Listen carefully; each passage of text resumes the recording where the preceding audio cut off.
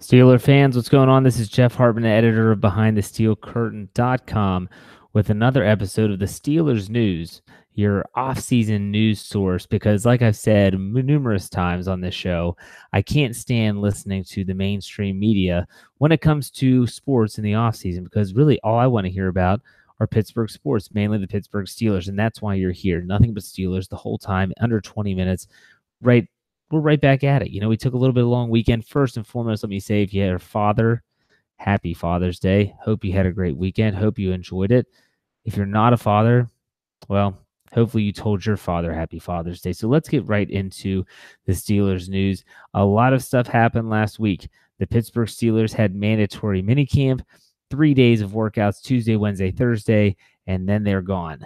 Now we enter the dead season of the NFL schedule. That means from mid-June to the end of July 25th to be exact, for Pittsburgh Steelers. That's when they report to training camp at St. Vincent College in Latrobe. Nothing really happens during this time. That doesn't mean nothing will happen. You hope nothing big happens. You hope you don't have an arrest or a potential suspension or something like that. Most of the time, news at this time, the dead season, are contract related. For instance, the Pittsburgh Steelers still have to sign their top draft pick, Terrell Edmunds. There's going to be news about Le'Veon Bell coming up in the month of July as well. Other than that, there's no other positive news that comes out of this time of the year. So you hope, if you're a black and gold fan, that they kind of stay low. They stay under the radar. They don't have any big issues, because that's what we're talking about. Now, a lot of fans have reached out on Twitter, have reached out on Facebook, and email saying, who have you heard stood out at minicamp? And everyone's going to have their own personal feelings about that. I think everyone was publicized and pumped up for the fact that Mason Rudolph reportedly had a very good minicamp, has seemed to show progression from each stage of this offseason program. Rookie minicamp, he looked good. However, there's no veterans. Then they go to OTAs. He looked better. Veterans were there. He spoke about how it was faster.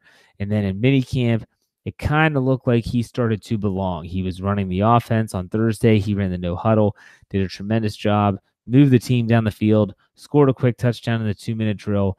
First time in his career that he's had his offensive coordinator in his ear, as he was wearing the headset with the speakers in it. So some positive signs for the young quarterback in Mason Rudolph. And that's going to be a situation I want to talk about in our next episode. Not today, probably tomorrow, if not tomorrow on Wednesday, about the situation the Steelers are going to be facing with Ben Roethlisberger and Mason Rudolph here in a couple years. But for the more broad spectrum look at the mandatory minicamp and mainly the offseason workouts and who impressed, the Steelers' official website had a really good article where Mike Pizzuta of WDVE, who also writes for the website, he interviewed Ramon Foster. Now, Foster last year was asked, who impressed you during these workouts? And football in shorts is what Mike Tomlin calls it. Says there's not much credence to them. But Ramon Foster said number 40. And what number 40 at that time was Mike Hilton. And Mike Hilton turned out to be a tremendous player for the Steelers last season. And so, obviously, Pizzuta went to Foster again and said, hey, you hit the nail on the head last year. Who impresses you this year? And here's what he said.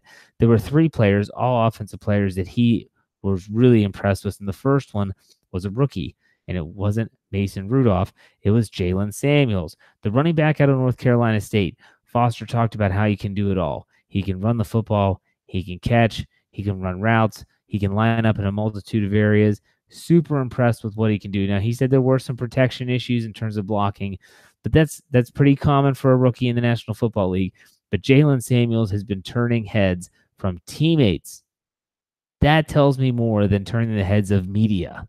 Because media, although they're there every day and they see practice and a lot of them know a lot about football, they don't know what's going on inside the huddle. Ramon Foster does. He likes Jalen Samuels. That was a rookie running back out of North Carolina State. Another player, he said James Conner looks like a whole totally different guy. And he's not the only one that's mentioned this. Ben Roethlisberger said this to the media not too long ago. I think it was maybe after the first mandatory minicamp.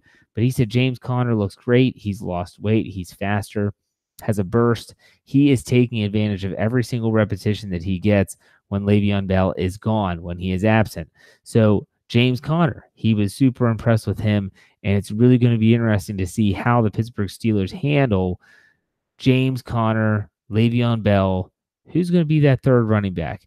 They have other players on the roster, Fitzgerald Toussaint, Stephen Ridley, a couple undrafted players. That's going to be a position to watch, but James Conner, he's been impressing a lot of people so far in minicamp. And lastly, someone that Jeremy Fowler of ESPN wrote about, Foster, the last offensive player he named was Justin Hunter. This is a big play receiver who seems to always have the big play for practice, but rarely is ever able to put it on the field. He didn't get on the field that much last year, but he made the team. He was always inactive, seemingly. Didn't really do much because they really didn't need him to do much. Martavis Bryant was in the roster. Juju Smith-Schuster showing he's capable. And then we know Antonio Brown is, well, Antonio Brown. This year he has an opening. James Washington, the rookie, is going to press to get some playing time, but Hunter knows the system. Let's see if Hunter can take what he does in practice and actually put it onto the field. Foster said he's been doing things he has not seen him do in the last 2 years, so that's a big boost for him. We'll see what happens. But those three players, I mean, Mason Rudolph impressed a lot of people, but those three players, Jalen Samuels, James Conner, and Justin Hunter, those were the players that Ramon Foster said impressed him as a teammate, and that means a lot, in my opinion. All right, moving on. Storylines. That's the title of the video.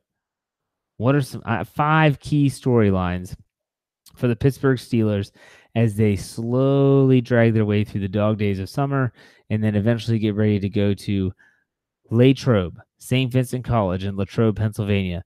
The first, and you have to talk about it, is the Le'Veon Bell contract situation. That's going to be the biggest storyline right now between now and when the team reports to camp, because they have until July 16th to get a deal done. Now, Le'Veon Bell's been pretty quiet on that front, and that's good. We're going to talk about that in a second. The demands have kind of been floated around. Now they're talking $14.5 million a year. Some are saying the Steelers could do that. I'm not sure if they can do that, but I'll tell you this.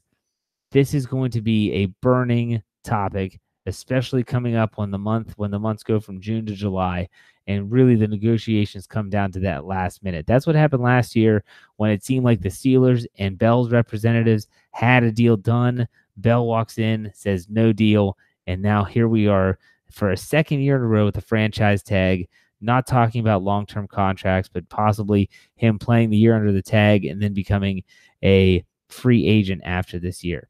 So, do I think Le'Veon Bell is going to get a new deal? My gut tells me no.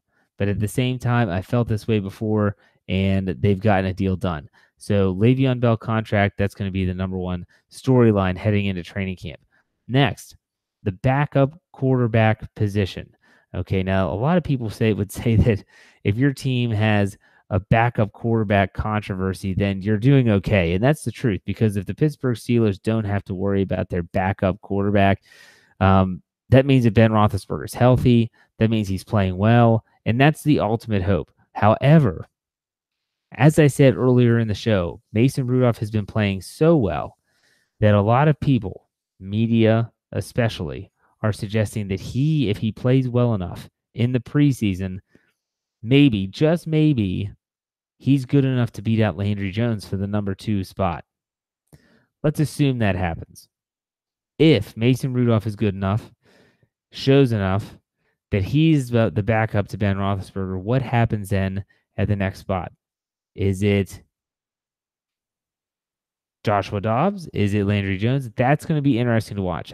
To me, not just because I run the website and I write about the Steelers and I have to watch preseason games, this is really exciting for me based on the fact that it's going to make me interested in those preseason games. They're meaningless. They have no bearing on the regular season, but what they will show us is how are they juggling the time? For instance, in that first preseason game, starters don't play. Who gets the brunt of the repetitions? They have 3 quarterbacks. Typically, you have the number 2 plays over a half. Then the 3rd string comes in. Then the 4th string finishes it out.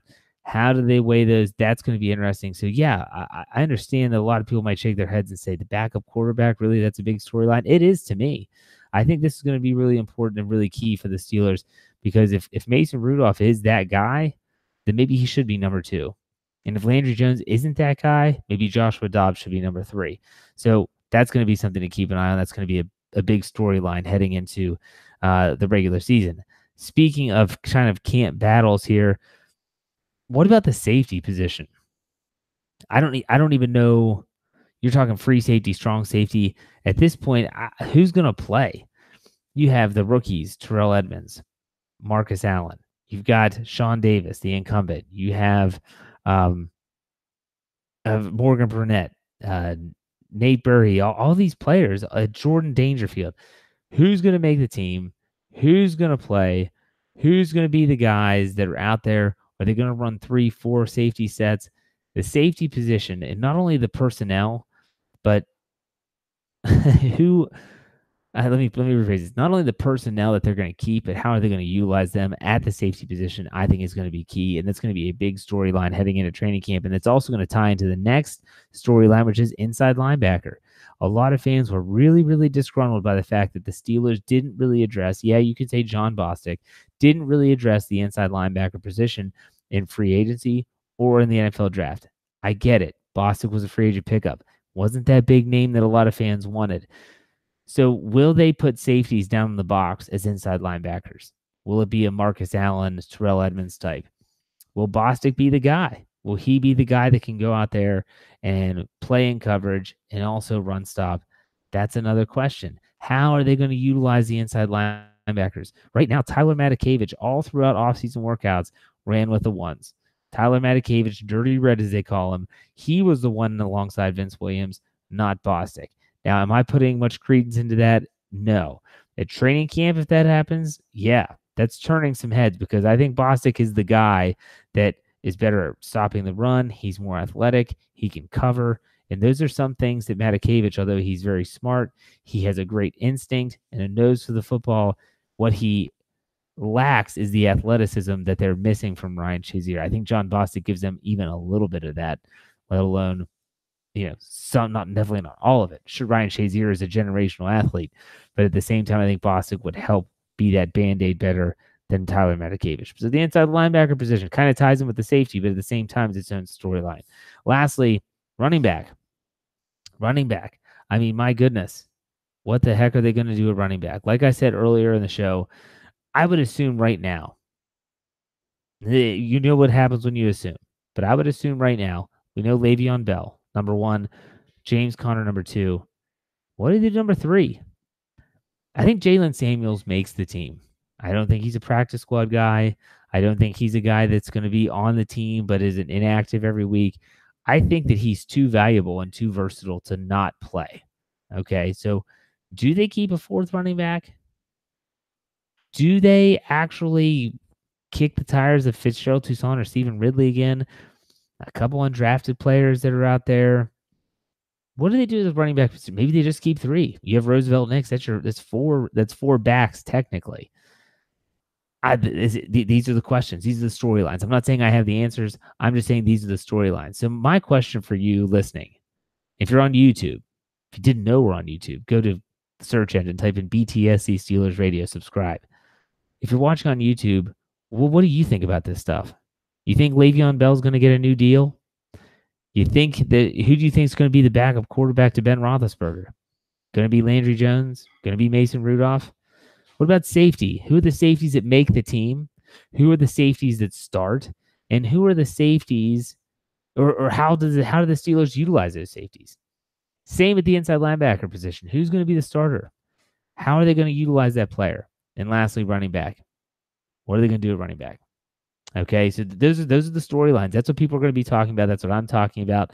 That's what we're going to be talking about on BehindTheSteelCurtain.com as well throughout these dog days of summer where we kind of, you have to create some content. You have to create some discussion. And that's what this website, if you have never been there, if you stumbled upon the podcast on iTunes, you can find us there by searching The Standard is the Standard. Or if you stumbled upon us on YouTube, if you've never been to BehindTheSteelCurtain.com, I strongly suggest you go there, create a username. And the comment section typically are thriving with intelligent fans that just love to talk about the Steelers. Go there, comment, talk about it, get to know some people. It's a great community. Speaking of community, the next segment and the final segment is I went on Twitter and said, okay, question and answers. I didn't give readers a lot of time to respond. It was only like 20 minutes before I went live. And I had a couple really good questions. One was a direct message, one was a response. And the first question was the response was about Martavis Bryant. Now, if you didn't know, Martavis Bryant, who was traded from the Steelers to the Oakland Raiders for a third-round draft pick. This happened on day one of the 2018 NFL Draft. Martavis Bryant, there's rumors circulating in a report that he is facing potential discipline again.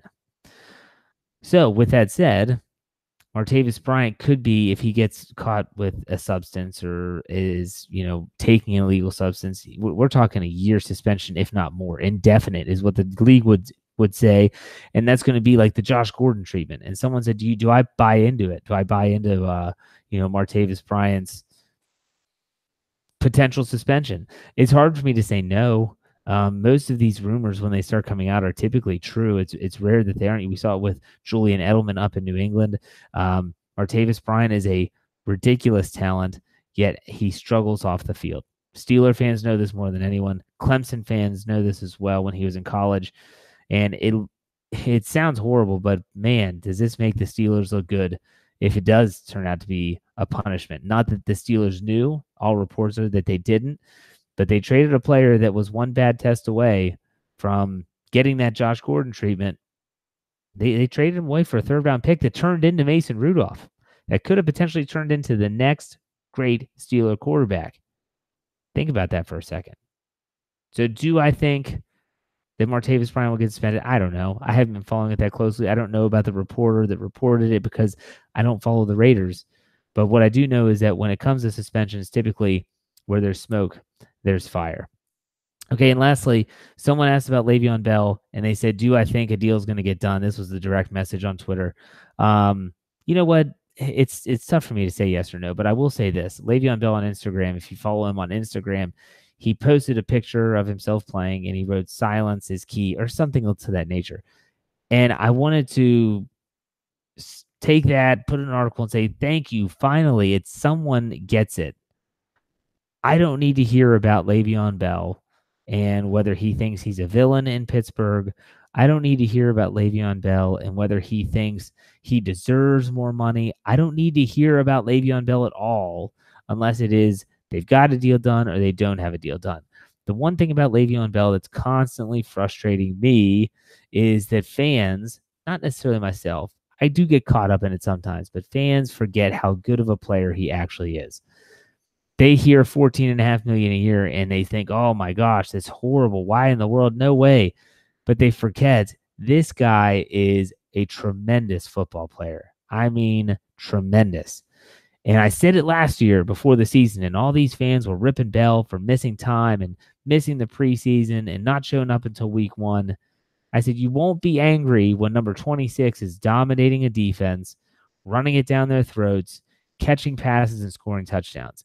And what happened? Last season, everyone loved Le'Veon Bell until the Jacksonville Jaguars game prior to, when he told Jeremy Fowler of ESPN, if they franchise tag me again, I might as well retire. And then it's like a switch flipped with the fans. And they were like, man, screw this guy. And then there was the reports that he missed practice and this, that, and the other. Whatever the reasons are, fans, Le'Veon Bell is very polarizing with the Steelers fan base. He is good. He is worth that money, in my opinion. But do the Steelers want to invest that money? That's a discussion for another time. I said it earlier in the show. I'll say it again. I don't think they get a deal done. I just think that Bell is asking too much, and the Steelers simply can't afford it if they want to be able to keep other players on their team. There's other players that need to be paid. You can't always invest the top dollar in all of your free agents, and I think this is Le'Veon Bell's last year in Pittsburgh. So whether you like the answer or not, that's my answer. So again, if you're listening on podcast, if you're watching on BehindTheSteelCurtain.com, know that we have a YouTube channel. Go to YouTube, BTSC Steelers Radio. Subscribe, like, comment. Let us know what you think of the content. Do you like it? Do you wish it was more interactive? Always willing to change to help please our viewers. Also, on the flip side, if you didn't know we have a podcast platform, you can find us there on iTunes by searching The Standard is the Standard. That's our platform name there. Follow us, subscribe, give us a good rating, give us a good review. Always helps with the listeners. And as always, BehindTheSteelCurtain.com, your one-stop shop for all things Pittsburgh Steelers.